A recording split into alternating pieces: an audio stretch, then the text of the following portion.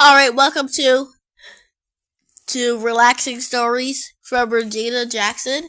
Let, let me let her say hi. Hello, good evening. How y'all doing? Okay, and we'll be starting the story now because I have to go to bed. And let's start now. Sorry. Here we go. And even though Put the phone over here. and since I haven't did this in a long time, let me put on some relaxing music. Put your phone over here. Wait, I'm putting on. How you gonna record? Okay. Camera's on you. On the camera. The wild robot escapes. I like it. I'm trying to put on relaxing music. Wait. The wild robot escapes. Chapter 30. Wait. The gift. The children walked into the machine shed. Wait, I'm trying to put on this music. Here we go. Don't interrupt me anymore. And go.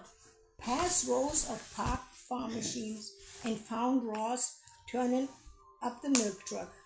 "We got your gift," said Jed, smiling. The robot felt something like surprise when the boy handed her a box wrapped in silver paper with a big red bow on top. "Can you guess what it is?" said Yava. Ross started guessing. A bucket? A rock? A hammer? A turtle? A can of... Okay, you can stop guessing, said Yaya. "Don't forget to read the card," said Jed. Nestled under the bow was a little card. Ross opened it and read the following words. They were written in Jad's messy handwriting. "Dear Ross, thank you for taking such good care of our farm and our family. We spent all our savings on this gift, so you better like it. Love, Yaya and Jad. P.S. Tell us more stories about the robot on the island as soon as possible." "Thank you for that nice card," said Ross, although the handwriting could use some improvement. Jad rolled his eyes and said, "Open your gift." The robot untied the bow and tore off the paper and lifted the lid from the box. Inside was a tool belt. It was made of dark leather and had a wide strap and different sized pockets for holding different kinds of tools. "We thought this might make your work a little easier," said Yaya. "It's designed specially for Rossum robots," said Jad. "So it should fit perfectly." So, Grandma, how many chapters are you gonna read to them? I don't know, two, three maybe. Okay. The children helped Ross put on her new tool belt. Rather than going around the robot's waist like a normal belt, it went diagonally. Going around the robot's waist like a normal belt, it went diagonally around the torso. Jad looped it over Ra's left shoulder and down around her right hip. Yaya laced the strap to the buckle and tightened it until the tool belt was snug and secure across her chest. "Do you like it?" said Yaya. "I like it very much," said Ross. "Thank you for this lovely gift." The children smiled and hugged the robot. They really seemed to care about her. Ross wondered if they cared enough to help her escape from the farm. One of these days, she would have to risk everything and tell them the truth. For now, however, she did the next best thing. She led Yaya and Jad out to the oak tree and told them another story about the robots on the island. Wood smoke billowed up from the backyard and drifted across the farm. Ross was building a campfire for the sheriffs. In her old life, the robot made fire by cracking special stones together until she got a spark. In her new life, she used a lighter. The family sat around the rippling flames and gazed up at the stars. The dog stretched out on the warm ground. The robot was standing nearby, but her thoughts were far away. Her computer brain was scrolling back to memories of campfires and of stargazing with Brightbill. Fluffy white marshmallows were skewered onto the end of sticks and then roasted above the flames. The children laughed as their marshmallows caught fire. They liked them charred on the outside and gooey on the inside. Their father preferred his evenly brown. When the sheriffs weren't stuffing their mouths, they were chattering happily. "That's a space station," said Yaya, pointing to a tiny dot that was slowly moving to the sky. "I can't believe people live there." "Animals live there too," said Yad. "The station has a farm. We should bring our cows up and show those space farmers how it's done."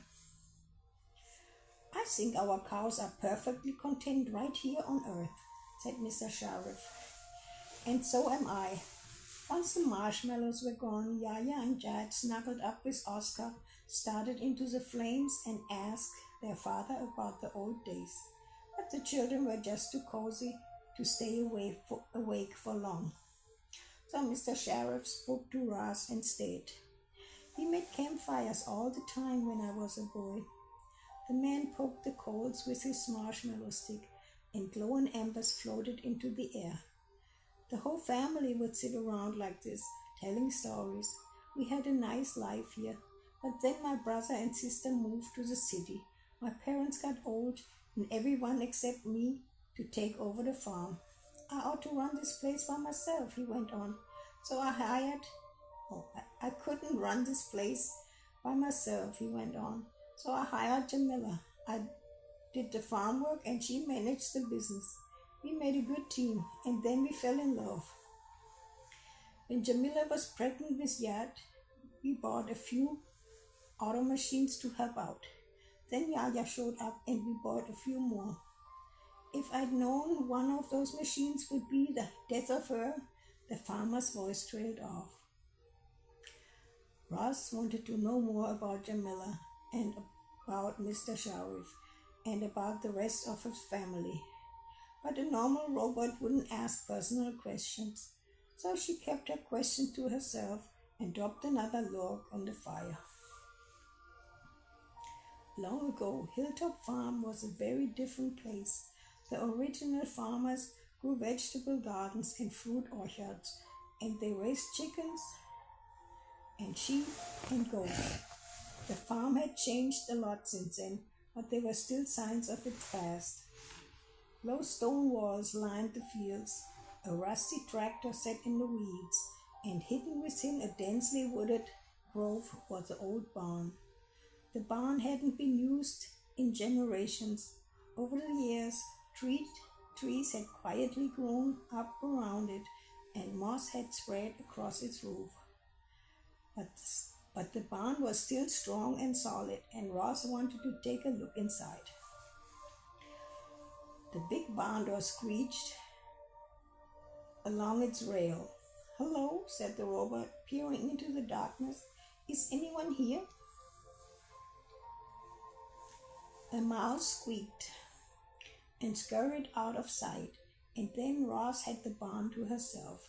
She stepped through the door and switched on the headlights. Her vast interior crisscrossed with thick wooden beams. Stairways and ramps led up to lofts and platforms. Lanterns hung from hooks on the wall. Old-fashioned farm equipment lay here and there. The barn still had the faint smell of farm animals, even though none had lived here in ages. A large trunk sat on a work table, covered in dust. Ross carefully opened the lid and examined its contents. A collection of farming magazines, a pair of leather gloves, a pencil nub, and then she noticed a small journal. The name Cyrus Sheriff was elegantly scrawled across the cover. The pages were filled with his handwritten notes and hand-drawn diagrams about raising livestock and growing crops and building barns, about working the land with the help of strong animals and simple machines. Cyrus Sharif had also jotted down his thoughts about the long history of farming. He believed that the modern world owed its entire existence to ancient farms when early humans first started Who is growing their Cyrus food. Sheriff? That's a person from the past. That's the history of the farm. It's a person long ago.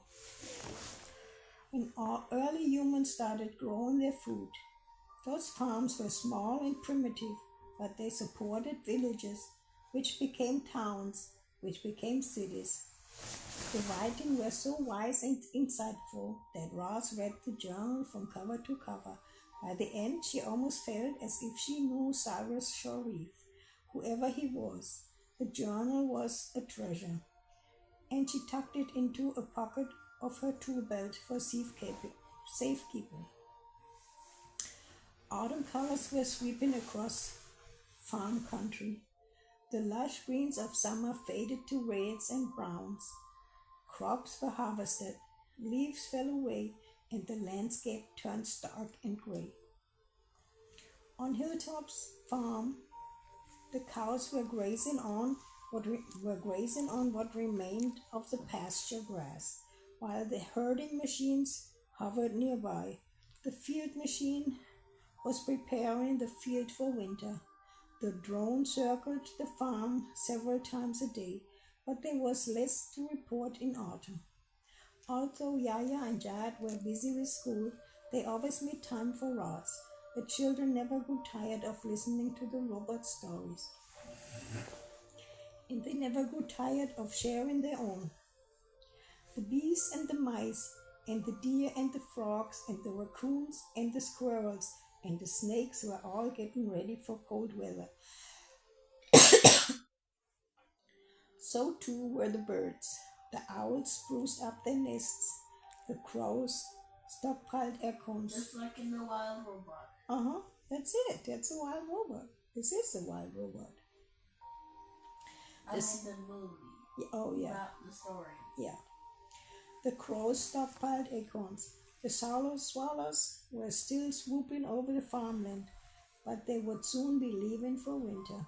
And any day now, other migratory birds would begin passing through on their long journey to the south. A flock of geese had just landed at Hilltop Farms. It was the first flock of the autumn migration. The geese floated on the pond, cleaning their feathers and nibbling on weeds. But they all stopped what they were doing when Roz waved and said hello. The robot never forgot the face, and she was certain she didn't know any of these geese, but they seemed to know her. Before she even introduced herself, the lead goose squawked, "Is your name Roz?" The robot stared at the goose. "Yes, it is. And you can speak in animal language?" The answer was obvious, but Roz politely said, "Yes, I can speak the animal language." "Do you, by any chance, have a goose for a son?" "Yes, I do," said Roz. "His name is Brightbill."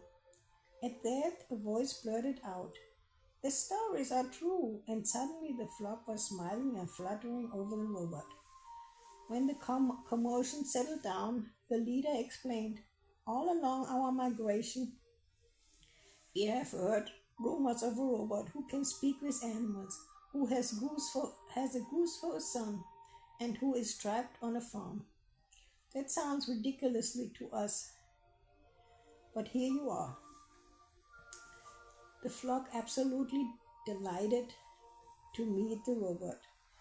They lounged around the pond for a couple of days, chattering with Roz whenever she came by, and then they continued flying south to their wintering grounds. Another flock of geese arrived, and the same thing happened all over again. Roz welcomed them. They were delighted to meet the legendary robot. And then the flock continued south. Then it happened again and again. Before long, the coming and going of delighted geese was just another part of the robot's autumn routine. Staggering behind the others as usual was Wingtip's flock. When Roz saw them splashing onto the pond, she felt something like hope. that they might have news of her son. Sadly, the geese had no news to report, and as the flock took off and left Ross behind, she began to question whether she'd ever see Brightbill again. Ross still dreamed of escaping, of going home, of reuniting with her son, but her dreams were starting to feel impossible. She was losing hope. Was it time for the robot to accept her new life and forget her old one? Forget. Ross was troubled by that word. You see, her computer brain remembered every detail of her life on the island, and it hurt to think she might never make it back there. However, the robot could always forget. She could erase her old memories. It would be like they never happened. The heaviness she now felt would vanish. But without her memories, who would she be? No, Ross wanted to remember her old life, which was good, because someone from her old life was about to appear.